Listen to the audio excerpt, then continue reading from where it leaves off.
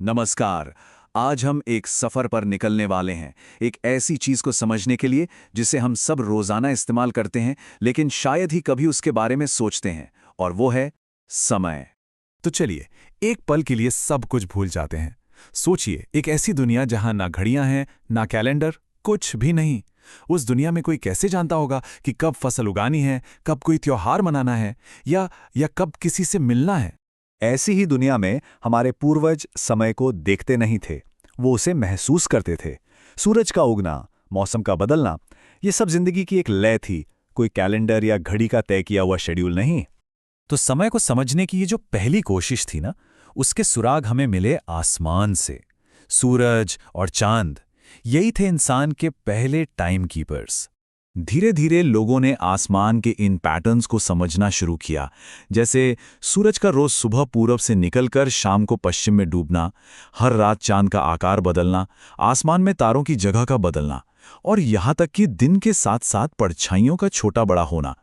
उन्हें समझ आ गया कि ये तो गुजरते हुए दिन, महीने और मौसमों को जानने का एक पक्का तरीका है।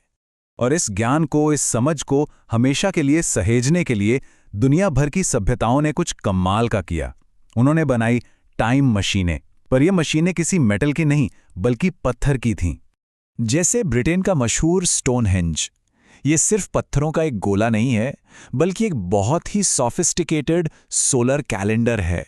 साल के सबसे बड़े और सबसे छोटे दिन यानी साल्स्टिसिस पर सूरज की किरणें इसके पत्थरों से होकर एक खास तरीके से गुजरती हैं। और तो और 2022 की एक स्टडी तो ये भी कहती है कि हो सकता है इसके पत्थर साल के 365 दिनों को दिखाते हों। और सिर्फ ब्रिटेन में ही नहीं, हजारों मील दूर भारत में भी पत्थर का एक ऐसा ही अजूबा बनाया गया, कोणार्क का सूर्य मंदिर। ये सिर्फ एक मंदिर नहीं था, बल्कि समय को समझने की गहरी वैज्ञानिक सोच का एक जीता जागता सबूत था। अब ये काम कैसे करता था, जरा सोचिए। मंदिर के 12 बड़े बड़े पहिए साल के 12 महीनों को दिखाते थे। हर पहिए में जो 8 तीलियां थीं, वो दिन के 8 पहर यानी हर 3 घंटे के समय को बताती थीं। और ये तीलियां एक बड़ी धूप घड़ी की तरह काम करती थीं। उनकी परछाई से बिल्कुल सही सही समय का पता चल जाता था। मतलब ये आर्किटेक्चर के जरिए की गई एक कमाल की टाइम इंजीनियरिंग थी।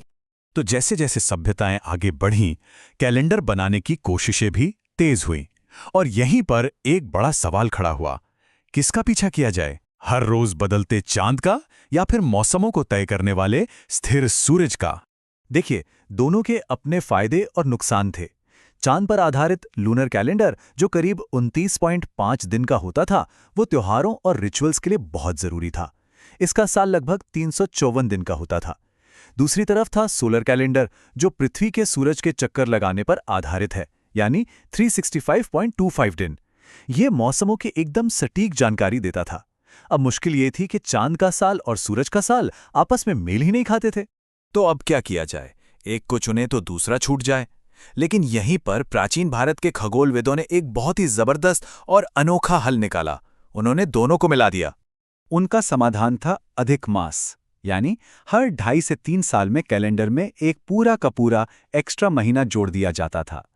इस एक तरीके से कैलेंडर वापस सोलर ईयर यानी मौसमों के साथ सिंक हो जाता था। और कमाल की बात यह है कि इससे होली और दिवाली जैसे त्योहारों के लिए जरूरी लूनर महीनों का हिसाब भी बिल्कुल सही बना रहता था। तो सवाल ये उठता है कि अगर भारत जैसी जगहों पर इतने सटीक सिस्टम पहले से ही मौजूद थे, तो आज हम जो कैलेंडर इस्तेमाल करते हैं वो कहाँ से आया? इसकी कहानी सितारों से ज्यादा सियासत से जुड़ी है। देखिए, इसकी शुरुआत हुई 46 ईसा पूर्व में, जब जूलियस सीजर ने रोम के उलझे हुए सिस्टम को ठीक करने के लिए जूलियन कैलेंडर बनाया। इसमें 365 दिन और एक लीप ईयर था। ये कैलेंडर सदियों तक चलता रहा, लेकिन इसमें एक छोटी सी गणित की गलती थी। और 1582 आते आते ये कैलेंडर असली मौसमों से 10 दिन पीछे हो चुका था। तब पोप ग्रेगरी 13 ने इसे ठीक करने का फैसला किया। और इसे ठीक करने का तरीका बड़ा ही अजीब था। पोप ग्रेगरी 13 ने एक आदेश दिया और इतिहास से 10 दिन गायब कर दिए गए। जी हां, अक्टूबर 1582 में 4 अक्टूबर के ठीक अगले दिन 15 अक्टूबर की तारीख आई, और इसी के साथ जन्म हुआ ग्रेगोरियन कैलेंडर का, जिसे आज हम सब इस्तेमाल करते हैं। लेकिन ये कैलेंडर आगे पीछे हो ही क्यों रहा था, और हमें ये लीप ईयर की जरूरत ही क्यों पड़ती है? इसकी वजह एक बहुत छोटा सा लेकिन बहुत जरूरी फैक्ट है। असल में पृथ्वी को सूरज का एक चक्कर पूरा करने में ठीक 365 दिन नहीं लगते, बल्कि 365.2425 दिन लगते हैं।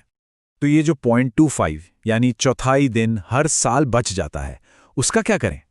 देखिए, 1 साल बाद हमारे पास चौथाई दिन एक्स्ट्रा है, 2 साल बाद आधा दिन, 3 साल बाद पौना दिन और 4 साल बाद ये चौथाई मिलकर पूरा 1 दिन बन जाता है। बस इसी 1 दिन को हम हर चौथे साल लीप डे के तौर पे कैलेंडर में जोड़ देते हैं, ताकि हमारा कैलेंडर पृथ्वी के ऑर्बिट के साथ हमेशा सिंक्रोनाइज्ड रहे। तो ठीक है, हमने एक बहुत ही सटीक ग्लोबल सिस्टम बना लिया है, लेकिन ये हमें एक गहरे सवाल पर लाकर खड़ा कर देता है। समय के साथ हमारा रिश्ता अब कैसा है? हमें ये याद रखना होगा कि भारत का प्राचीन पंचांग कैलेंडर जूलियन कैलेंडर से हजारों साल पहले बना था, और वो आज भी उतना ही सटीक है। मतलब आज हम जिस सिस्टम का इस्तेमाल करते हैं वो समय को नापने का इकलौता या पहला तरीका नहीं है, बस एक तरीका है। एक सोच ये भी है कि हम सोचते हैं कि हम समय को माप रहे हैं, पर क्या हो अगर समय हमें माप रहा हो? हमने समय को सेकंड, मिनट और घंटों के छोटे छोटे डिब्बों में बंद तो कर दिया। इससे हमारी जिंदगी में रफ्तार और एफिशिएंसी भी आ गई। लेकिन क्या इस चक्कर में हमने समय के साथ वो गहरा जुड़ाव खो दिया है जो कभी महसूस किया जाता था? तो आज इंसान किसकी सुन रहा है? घड़ी की टिक टिक की या ब्रह्मांड की धीमी लय की? समय की वो असली भाषा तो आज भी वही है, सूरज में, चांद में और टिमटिमाते तारों में। सवाल सिर्फ इतना है कि क्या हमें उसे सुनना अब भी याद है?